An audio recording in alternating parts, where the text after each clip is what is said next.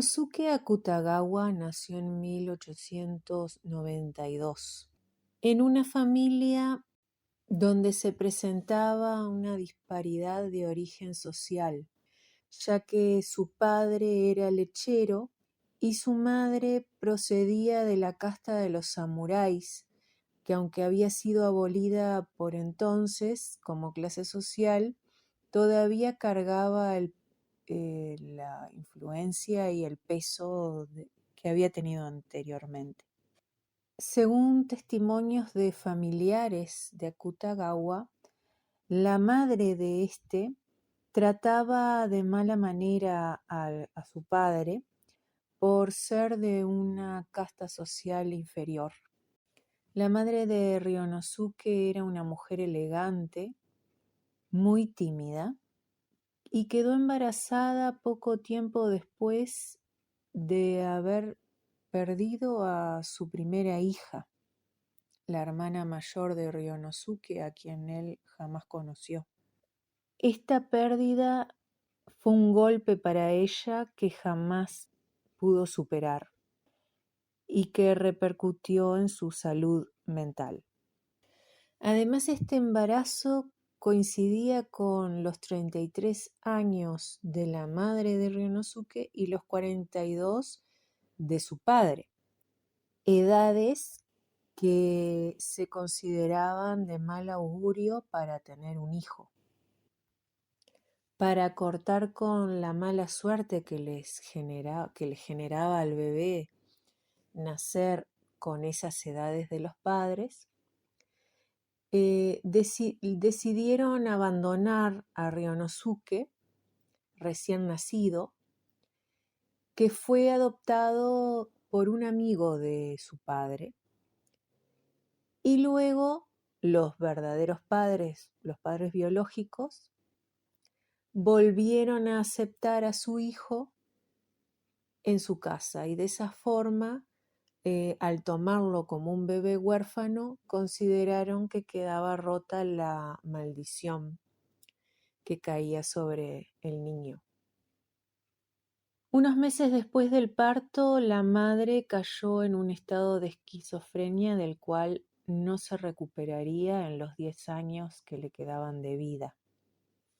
Precisamente esta es la condición que se subraya en uno de los relatos de Akutagawa, titulado Registro de defunciones, donde retrata a su madre como una loca, a la que él nunca quiso y que además lo maltrataba físicamente.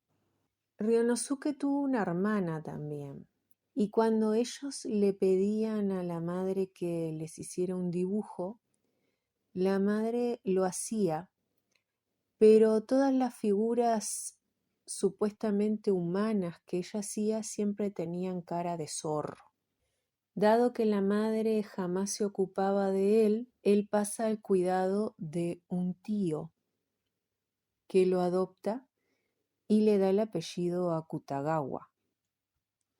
Este tío, Michiaki Akutagawa, no tenía hijos, por eso podía hacerse cargo de Ryonosuke.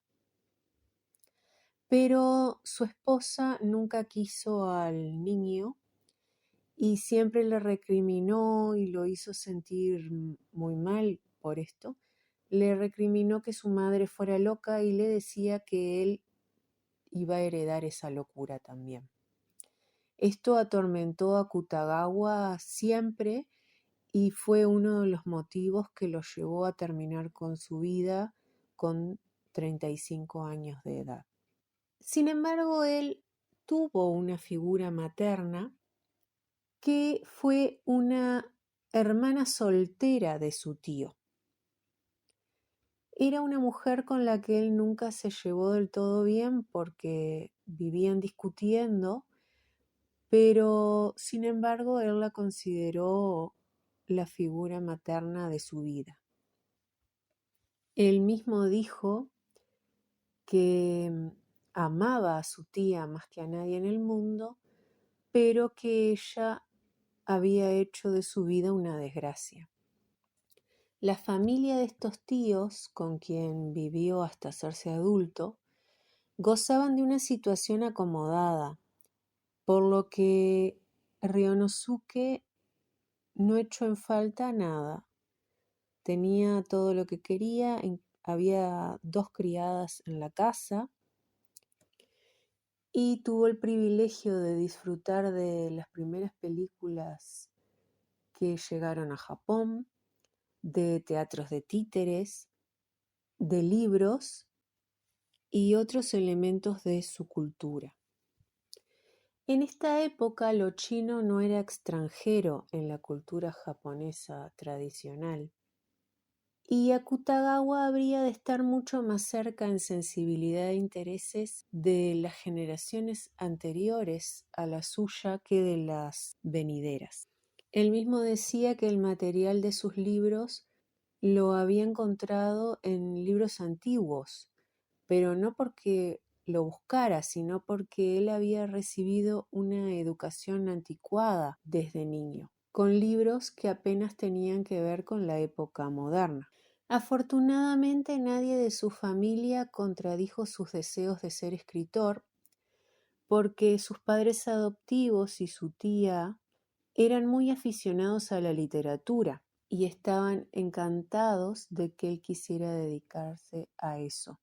Ryonosuke nunca tuvo buena salud. De niño era muy enfermizo y al menos hasta los 9 años sufrió convulsiones. Sufría de los nervios y era muy miedoso. Le causaba un extraño terror las tablillas funerarias budistas que se colocaban en los altares de las casas. Son tablillas negras relucientes con letras de color dorado. Este tipo de comportamiento y de fragilidad física es importante para comprender su final. En 1902, cuando tenía 10 años, murió su madre y 2 años después fue oficialmente adoptado por sus tíos paternos, los Akutagawa, con los que llevaba viviendo toda su vida. Siempre amó los libros y dentro de sus autores predilectos podemos encontrar a Kunikida Doppo, Tayama Katai, Tokutomi Roka, Izumi Kyoka, que era de sus favoritos, y Natsume Soseki. Sin embargo, a los 21 años, cuando ingresa en la Universidad de Tokio, un ingreso que era un privilegio al alcance de muy pocos, se matricula en el Departamento de Literatura Inglesa, ya que a pesar de sus gustos orientados a la literatura de Edo y China, en aquella época estaba de moda la literatura occidental que él también frecuentó, leyendo a Balzac, Tolstoy, Shakespeare, Goethe, Dostoyevsky, Bernard Shaw, Poe, Verlaine, Flaubert, entre otros. Tenía buen dominio del inglés y a partir de ese idioma abrió las puertas a Occidente. Uno de sus escritores favoritos era Anatole France. También le interesaba la filosofía europea, sobre todo Bergson y Spinoza. Incluso intentó leer la Crítica de la razón pura de Kant. Al graduarse en 1910, comenzó a detestar a Wilde, a Gautier y a otros escritores que antes le gustaban, y empezó a fijarse en Strindberg. A diferencia de otros escritores de su generación que viajaron a Occidente, que tuvieron contacto con la cultura occidental a través de esos viajes o del cristianismo, Akutagawa es el primer escritor en apreciar la literatura europea sin experimentar directamente la vida en el extranjero, ni seguir la religión de moda entre los escritores jóvenes en ese momento en Japón. Akutagawa fue una creación de una librería en lenguas extranjeras muy importante en aquel entonces en Tokio, que se llamaba Maruzen. En 1914 escribe en la revista Shinshitō corriente de nuevas ideas, donde realiza algunas traducciones de obras occidentales y también publica su primera historia original, Ronen, la vejez, en la cual ya puede apreciarse el estilo que desarrollaría en los años posteriores. Entre 1914 y 1915 sufre un desengaño amoroso que lo lleva a descuidar sus estudios, a distraerse con lecturas no habituales, sobre todo con un clásico que lo marcaría para siempre, un clásico del siglo XI, con Haku Monogatari, una antología de cuentos del pasado. Más de 1000 cuentos japoneses escritos alrededor del año 1120, o sea, a fines del período Heian. El período Heian es el último de la época clásica japonesa. Estamos hablando del año 794 al 1185, en el que la capital de Heian, Kyo, posteriormente conocida como Kioto, se destaca por su arte, especialmente el literario, con la primera novela de la historia, la novela de Genji, y el libro de la almohada. En este período es cuando encontramos la cumbre de la corte imperial y también del confucianismo. Esta obra, con Haku Monogatari, será la fuente de inspiración de sus relatos posteriores. El original constaba de 31 volúmenes, de los que actualmente solo conocemos 28. De este texto no solamente le interesarán las anécdotas, sino también el estilo, un estilo seco, sin apenas adjetivos, en el que se transmite de una forma bastante realista la atmósfera decadente de la época, reflejando de forma salvaje y cruel la suerte de la gente de aquel momento. A partir de estas historias clásicas antiguas, Akutagawa completará sus textos tomando referencias de la literatura contemporánea de procedencia occidental. La antigüedad y la modernidad se verán así reflejadas en la psicología moderna de los personajes, que no se comportan como en la antigüedad. Aquella situación en la que vivía entre 1914 y 1915 genera dos relatos, Hyotoko y Rashomon, aparecidos en 1915. Un año después saldría La nariz, relato que le daría la fama.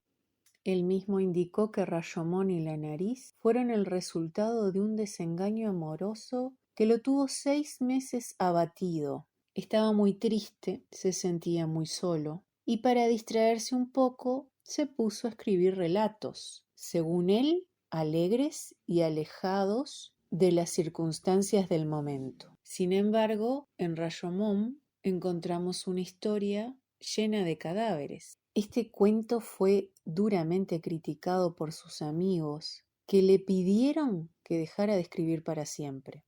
La nariz también fue inspirado en Konjaku y probablemente tenga influencias del texto de Gogol. Natsume Soseki lo leyó y quedó tan impresionado que elogió a Akutagawa. El apoyo de un escritor tan conocido generó el comienzo de la fama literaria de Ryonosuke. A partir de entonces, Akutagawa, que admiraba a Soseki, se armó de valor y comenzó a asistir a las tertulias literarias organizadas todos los jueves en la casa de Soseki, quien murió un año después, en 1916. Ryonosuke sintió profundamente la pérdida. Para el resto de su vida, él siempre sería su maestro. Después de graduarse en la universidad, ocupó el cargo de profesor de inglés en la Escuela Naval de Yokosuka y trasladó su domicilio a Kamakura, una ciudad costera. Este trabajo como docente terminó en 1919, es decir, que duró 5 años. Renunció a este puesto porque también trabajaba en un periódico publicando sus relatos y logró que le subieran el sueldo, por lo que podía mantener igualmente a su familia, ya que en 1918 se había casado. En aquella época era común que los padres decidieran con quién se casaban los hijos, pero Akutagawa se casó con Fumiko por amor, aunque todos creían que se iba a casar con la hija mayor de Soseki, Fudeko. El período entre 1916 y 1918 fue el más productivo y tal vez el más feliz de su vida, sumado a los 2 años anteriores en que escribió Rashomon y La nariz. En esos años publicó algunos de sus relatos más populares, como El mártir, El hilo de la araña, ambos en 1918, y el espeluznante El biombo infernal, la historia de un artista que valora su arte más que su propia vida y la de su hija. Ya en este primer período se revela uno de los grandes ejes temáticos de Akutagawa, el proceso de modernización. Le fascinaba el proceso espiritual por el cual los japoneses se convirtieron al cristianismo en el siglo XVI, y una vez prohibida esta religión, en los primeros años del siglo XVII, se inmolaban por su fe en un dios extranjero. Veía en este proceso el precedente de la modernidad japonesa del siglo XX, el primer ejemplo del encuentro entre Oriente y Occidente. El esteticismo es la corriente que más se aproxima a Akutagawa, quien creía que la finalidad suprema del arte era la perfección de la forma. El pesimismo existencialista del fin de siglo de Akutagawa era la raíz de su búsqueda afanosa de la belleza. La figura con quien podríamos compararla con más acierto sería la del artista Audrey Brisley, quien también tenía una técnica inmaculada, una riqueza justa de detalles, un amor por lo grotesco y cierto distanciamiento de la realidad. Entre 1919 y 1922 encontramos la segunda fase de producción de Akutagawa. Destacan aquí los relatos Cristo en Nankín, Lujuria, la historia de San Cristóbal, El baile, El otoño y En el bosque. Encontramos aquí otra fase de maduración, pero su fuente sigue estando en el Konjaku Monogatari. Aunque el humor de las obras del anterior período ha desaparecido y parece haberse debilitado el poder del arte sobre la vida, se siguen describiendo con sutileza las turbadoras complejidades de la existencia humana y empieza a asomar la subjetividad angustiosa del tercer y último período. En 1920 nació su primer hijo y fue entonces que empezó a realizar sus famosos dibujos, los dibujos de capa, que son criaturas anfibias del tamaño de un niño de 12 años, con el rostro de un tigre y el pico de un pájaro. Esta predilección por los kappa, que daría lugar a un famoso relato satírico del mismo nombre, escrito poco antes de su muerte, parece estar revestida de un significado siniestro si tenemos en cuenta el análisis del doctor Shiozaki Toshio, quien formuló en los años 50 que las personas aquejadas de ciertas patologías de esquizofrenia solían dibujar con insistencia figuras mitológicas, aves y otros animales monstruosos y grotescos, así como hacía la madre de Akutagawa. En 1921, el periódico en el que trabajaba Ryonosuke le encarga realizar un viaje a China. Este viaje sería el principio del fin del escritor. Debía hacerlo en calidad de observador internacional. Para realizar el viaje debía tomar el barco en Osaka, pero se puso enfermo en el tren que lo llevaba a esa ciudad y terminó embarcándose el 28 de marzo. Cuando por fin llegó a Shanghái, debió pasar 3 semanas internado en el hospital por una pleuresía, que es una inflamación en los tejidos que recubren los pulmones y la cavidad torácica, que causan un dolor agudo en el pecho que empeora al respirar. Recuperado a duras penas, recorrió durante 3 meses el extremo oriental del continente asiático, incluyendo la península coreana, ya entonces anexionada por Japón. Si su salud nunca había sido buena, al final de tan agotador viaje quedó quebrantada para siempre. Había adelgazado hasta el punto de asemejarse, según sus palabras, a una mantis religiosa. Poco después de su regreso, empezó a padecer de neurastenia, hemorroides, diarreas e insomnio. En esta situación lo obligaron a escribir un reportaje de todo el viaje. Esta exigencia por parte del periódico sería calificada por el escritor como de persecutoria. Al año siguiente, en 1922, a sus 30 años, su obra experimenta un profundo cambio. Desaparece la cuidada construcción y también la ironía distante del observador imparcial de obras anteriores. Ahora va a concentrarse en su vida interior. El tono autobiográfico que había criticado a los naturalistas se convierte en la característica más sobresaliente de la mayoría de los relatos que va a escribir desde entonces. En 1923 aparece el relato Extractos de la agenda de Yasukichi. Akutagawa ahora se hace llamar Yasukichi y narra sobre todo sus experiencias como profesor de inglés. En 1925 escribe Al borde del mar.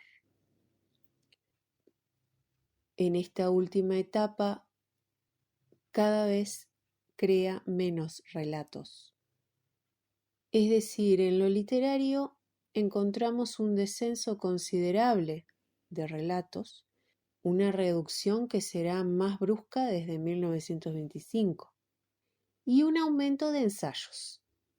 En su salud encontramos un agravamiento de los problemas que lo aquejaban, y además se suma a todo esto una catástrofe sin precedentes históricos en Japón. El gran terremoto de Tokio del 1 de septiembre de 1923, con 100.000 víctimas mortales, incrementado por muchos coreanos asesinados a manos de multitudes enfurecidas por el rumor de que buscaban aprovecharse del caos para hacerse con la ciudad. Ryonosuke y su familia, así como su casa, habían resultado indemnes del terremoto, pero el paisaje apocalíptico de destrucción y muerte marcó al escritor, ya de por sí propenso a la depresión. Unos días después del terremoto fue al barrio de Yoshiwara, el antiguo distrito del placer, donde vio centenares de cadáveres apilados junto al río, un espectáculo que describió como una visión del infierno. Destruida en un 50%, sobre todo por los incendios resultantes, Tokio tuvo que ser reconstruida. Surgieron entonces edificios modernos, de construcción europea fue el nacimiento de la ciudad moderna. El nuevo paisaje urbano, sin alma y de estilo extranjero, suscitó una sensación de vacío en muchos japoneses. En 1926, a sus 34 años, escribe Registro de defunciones, escrito en primera persona y totalmente autobiográfico. Allí se registran 3 muertes: la de su madre, la de su hermana mayor, Ohatsu, a la que no conoció, y la de su padre, cuyos intentos infructuosos de recuperar al hijo dado en adopción son evocados con simpatía. Los meses de enero y febrero de 1926 los pasó en Yugawara, un centro de salud. Su insomnio había empeorado, se medicaba fuertemente y su miedo a la demencia era una obsesión. No se atrevía a hablar de su situación con nadie por miedo de que lo recluyeran en un sanatorio. Padecía alucinaciones auditivas y manía persecutoria.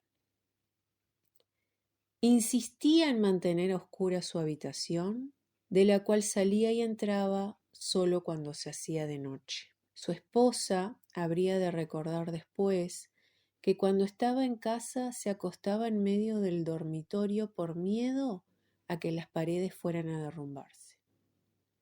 Si ella salía un momento de la habitación, cuando volvía se lo encontraba tiritando de miedo. Los somníferos, que habían sido el único método para que pudiera dormir aunque fuera un minuto, ya no eran suficientes. Y a finales de 1926 empezó a encontrar alivio en el opio. Cuando ni el opio ni la morfina fueron suficientes, es probable que naciera la idea de suicidio. En 1927, el suicidio de su cuñado, en enero, lo llevó a encargarse del cuidado de su hermana Gisa y de las deudas del suicida. Fue en febrero cuando empezó a redactar Capa, que terminó en menos de 2 semanas.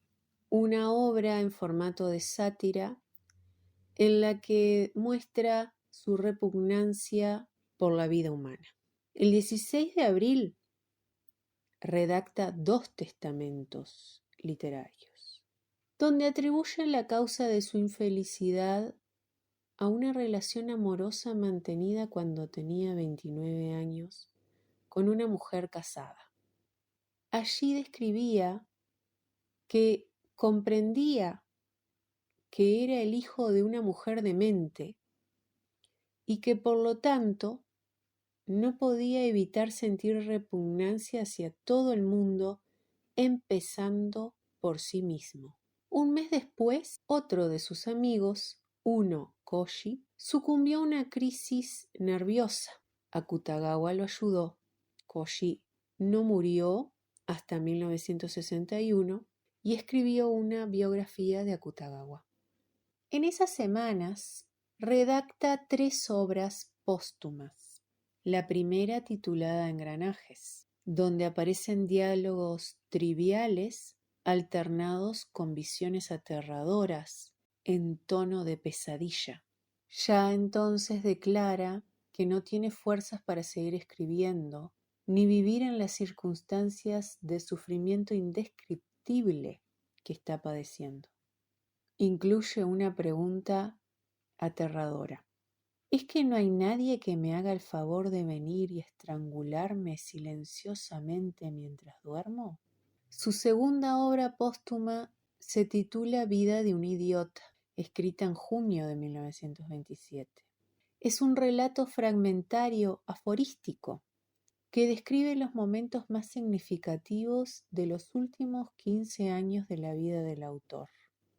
Es un ejemplo perfecto de lo que el mismo Ryonosuke denominaba la deconstrucción del relato, la desintegración narrativa. El protagonista se desvanece. Por su brevedad y plasticidad, recuerda los haikus, cuyo cultivo había practicado Akutagawa desde 1917, bajo el siniestro nombre artístico de Gaki, la denominación que se da en el budismo a la categoría de los demonios hambrientos. Su última obra póstuma se puede calificar de nota de suicidio. Se titula Nota enviada a un viejo amigo. En ella detalla las circunstancias de su suicidio. Explica que durante los 2 últimos años no había hecho otra cosa que pensar en su fin. Formula también una frase que se ha hecho famosa para explicar la causa de su muerte: una angustia confusa ante el futuro. En las últimas líneas dice: el aborrecimiento que siento hacia los alimentos y las mujeres probablemente sea un indicio de la pérdida gradual de esa fuerza animal. El lugar en el que estoy viviendo ahora es un mundo de enfermedades nerviosas, un mundo traslúcido como el hielo. Anoche hablé con una prostituta sobre su sueldo y me transmitió profundamente la miseria de los seres humanos que viven para mantenerse. Si pudiera contentarme con entrar en el sueño eterno por mí mismo, no cabría duda de que, aunque no llegara a ser feliz, al menos sentiría paz y sosiego. No obstante, queda la cuestión de cuándo podría suicidarme sin vacilar. Últimamente, la naturaleza me parece aún más hermosa de lo habitual. Tú que amas la belleza de la naturaleza, seguramente te estarás riendo de esta contradicción ante mi intento de suicidio. Pero la naturaleza se me presenta bella porque la miro con un pie en el estribo de la muerte. He visto, amado y entendido más que los demás. Entre todo el sufrimiento acumulado, eso es lo único de lo que puedo estar satisfecho. Te ruego que no publiques esta carta hasta pasados unos años después de mi muerte. No es improbable que mi muerte sea achacada a causas naturales. En la madrugada del 24 de julio, cuando iba a acostarse a la 1:30, su esposa se despertó y le dirigió algunas palabras. Él respondió diciéndole que ya había tomado los somníferos de todas las noches. Se quedó dormido leyendo la Biblia. En su mesa había abierto también un libro de Izumi Kyoka. Cuando su mujer fue a despertarlo a las 6, estaba muerto. Su suicidio, ocurrido poco después de acabada la era Taisho, significó para algunos el fin de una época, para otros la prueba de una profunda crisis en la modernidad japonesa. En una ocasión, Akutagawa escribió que la vida es una olimpiada patrocinada por un grupo de locos. Si la vida era absurda, el arte, en cambio, representaba para él una herramienta racional para controlarla. 8 años después de su muerte, el editor Kukuchi Kan instituyó el más famoso premio de literatura japonesa, el Premio Nacional Akutagawa, para jóvenes escritores de menos de 35 años, la misma edad de la muerte de este artista.